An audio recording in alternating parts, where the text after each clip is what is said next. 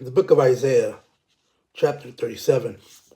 When King Hezekiah heard this report, he tore his clothes, put on sackcloth, and went to the Lord's temple. He sent Eliakim, who was in charge of the palace, Shebna, the court secretary, and the leading priests, who were wearing sackcloth, to the prophet Isaiah, son of Amos. They said to him, "This is what Hezekiah says. Today is a day of distress, rebuke, and disgrace. It is as if children have come to the point of birth, and there is no strength to deliver them. Perhaps the Lord your God will hear all the words of the royal spokesman, whom his master, the king of Assyria, sent to mock the living God, and will rebuke him for the words that the Lord your God has heard. Therefore offer prayer for the surviving remnant." So the servants of Hezekiah went to Isaiah, who said to them, "Tell your master, the Lord says, don't be afraid because of the words you have heard, with which the king of Assyria attendants has blasphemed me.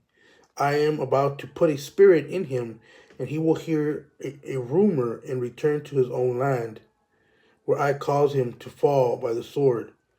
When the royal spokesman heard that the king of Assyria had pulled out of Lachish, he left and found him fighting against Libnah. The king had heard concerning King Tirhakah of Cush. "He has sent out to fight against you." So when he heard this, he sent messengers to Hezekiah, saying this to King Hezekiah of Judah: "Don't let your God, on whom you rely, deceive you by promising that Jerusalem won't be handed over to the king of Assyria.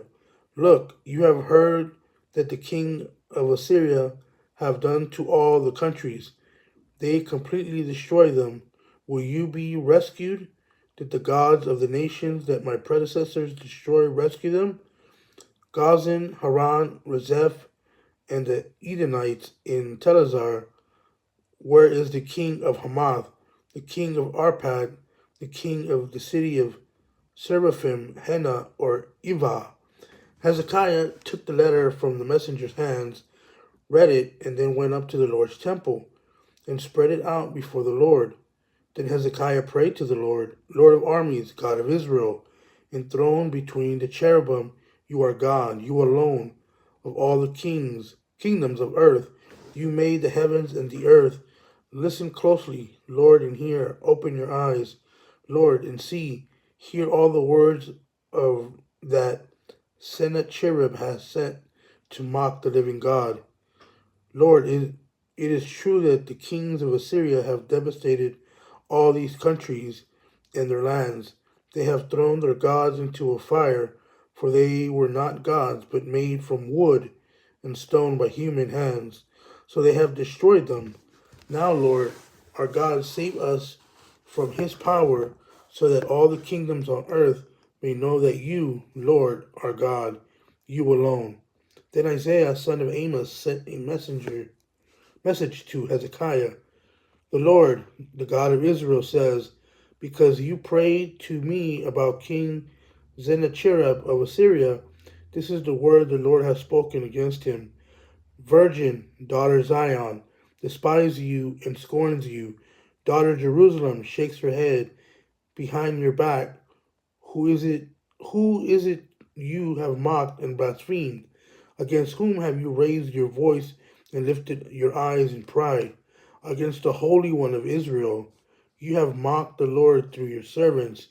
You have said, with my many chariots I have gone up to the heights of the mountains, to the far recess of Lebanon. I cut down its tallest cedars, its choice cypress trees. I came to its distant heights, its dense forests. I dug wells and drank water in foreign lands.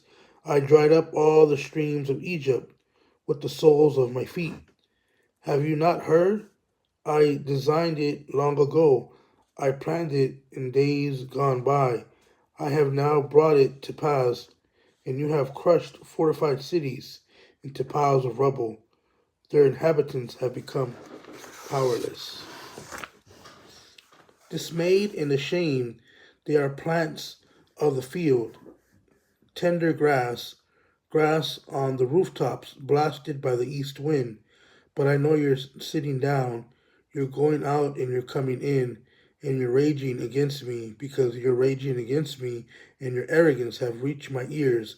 I will put my hook in your nose, and my bite in your mouth. I will make you go back the way you came.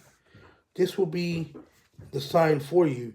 This year you will eat what grows on its own, and in the second year what grows from that. But on the third year, sow and reap, plant vineyards and eat the fruit.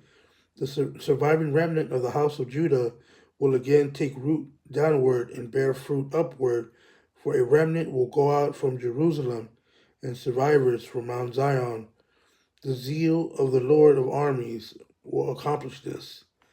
Therefore, this is what the Lord says about the king of Assyria.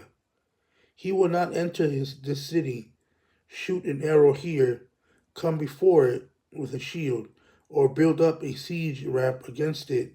He will go back the same way, and he will not enter the city. This is the Lord's declaration. I will defend this city and rescue it for my sake, and for the sake of my servant David. Then the angel of the Lord went out and struck down 185,000 in the camp of the Assyrians. When the people got up the next morning, there were all the dead bodies. So King Sennacherib of Assyria broke camp and left. He returned home and lived in Nineveh. One day, while he was worshiping in the temple of his god Nisroch, his sons Adramelech and Sharezer struck him down with the sword and escaped to the land of Arad. Then his son Esarhaddon became king in his place.